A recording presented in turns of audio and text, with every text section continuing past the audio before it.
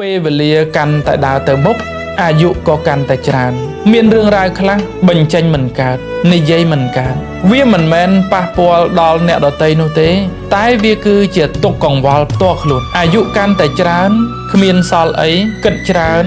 ស្មុគស្មាញច្រើនព្រួយបារម្ភច្រើនព្រោះម្ដាយឪពុកកាន់តែចាស់ខ្លាចលោកឈឺខ្លាចលោកដួលខ្លាចលោកមិនអាចរស់នៅបានយូរបន្តទៀតខ្លាចម៉ែពុកមិនអាចរងចាំរហូតដល់ពេលកូនជោគជ័យខ្លាចកូនខ្លួនឯងមិនអាចទទួលបានភាពជោគជ័យដោយកូនអ្នកដទៃខ្លាចកូនមិនអាចលើកមុខមាត់គ្រួសារដោយកូនរបស់គេជាដើមតែកូននឹងខំប្រឹងទោះក្នុងតម្លៃណាក៏ដោយកូននឹងស៊ូកូននឹងខំបើកូនមិនអាចជោគជ័យបានដូចគេក៏កូននឹងប្រឹងឲ្យអស់ពីសមត្ថភាពហើយចំណុចមួយដែលកូនអាចធានាជូនម៉ែពុកបានគឺកូននឹងធ្វើជាមនុស្សល្អកូននឹងធ្វើជាមនុស្សដែលមានគុណធម៌សិលធម៌សុជីវធម៌នៅក្នុងសង្គមដូច្នេះម៉ែពុកសូមកុំព្រួយពីអនាគតរបស់កូនឡើយ